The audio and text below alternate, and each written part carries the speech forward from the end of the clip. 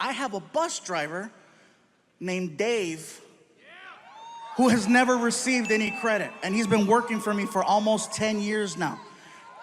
This man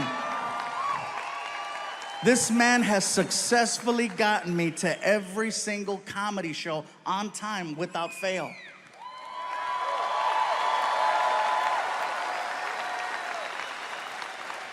If I had to describe him to you, okay?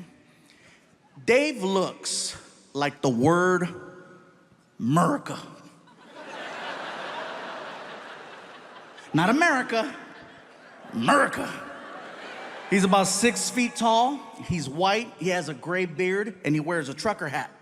And he's gotta be one of the most hardworking people I have ever met. Now, when I say hardworking, hey, I'm on the road 46 weeks out of the year, so I know.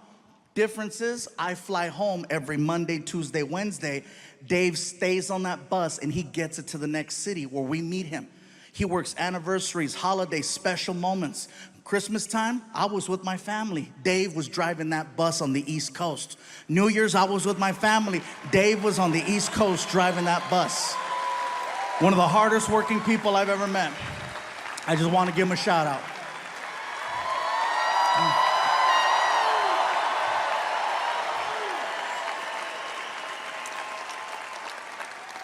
In addition to being hardworking, he's very honest. Now, when I say honest, I don't mean, oh, he does his taxes right. I mean painfully honest, no filter honest. He talks the way people used to. He does not have time to mince words. He just calls it like he sees it. Before me, he used to work with a man by the name of Kenny G. Grammy Award winner, amazing, amazing music. One day, Kenny G was on his tour bus that Dave was driving, and I guess the two of them had a little discussion, and Kenny G used some words that Dave would have rather him not have used, and instead of getting into it with him, this is what Dave does.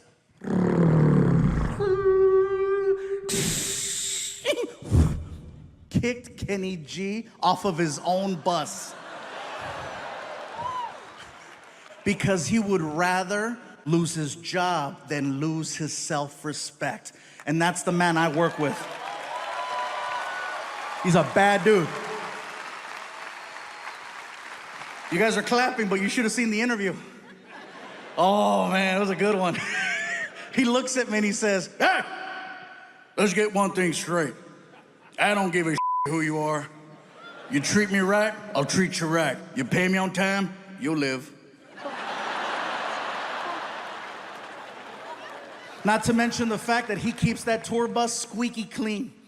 And he takes a lot of pride in that as well. One night, I was drinking on the bus, and I go to put my cup down, and I missed the table, and the cup hit the floor. I didn't get up right away to get the cup, because I figured I'm gonna get up in a couple minutes and make myself another drink. I'll pick up the cup then. Dave sees the cup on the floor, and then he looks at me and says, hey, I ain't your mama, pick that shit up.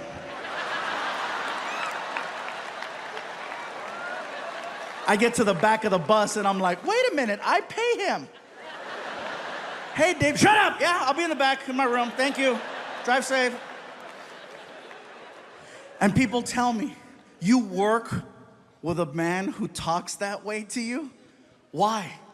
Let me tell you why. Because he's honest. With Dave, you know exactly what you get.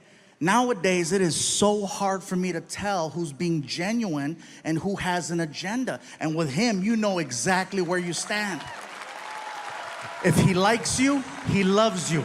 And if not, you're on the curb with Kenny G. That being said, I have a story to share.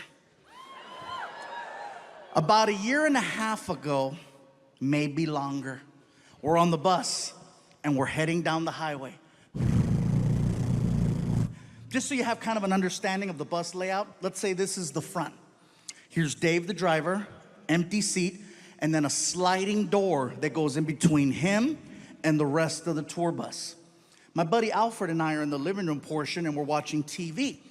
We're watching the news. And on the news, There's this person who is running for some type of office. No particular office. And I guess their big plan is to erect a structure between two bodies of land. Somewhere.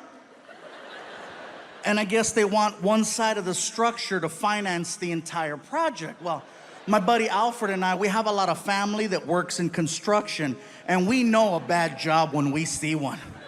So we started to voice our opinion out loud about how we felt about this person and what they wanted to do.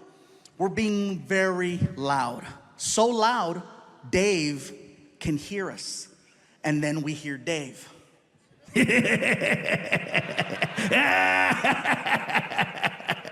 America. I yell out to Dave. I said, "Be quiet, Dave. This isn't about you." He taps a button on the dashboard that activates the sliding door. And when the door is about that far from closing, he yells out, "I'm building a wall."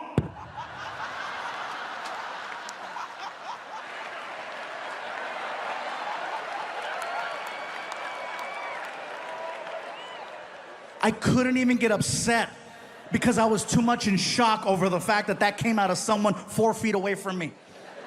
My buddy Alfred and I, we look like chickens. We're like, my cell phone goes off. I take out my phone, and there's a text message from Dave. And I said, "That's right, he better say I'm sorry. He better say just kidding." I open up the text message and it says, "And you're paying for it."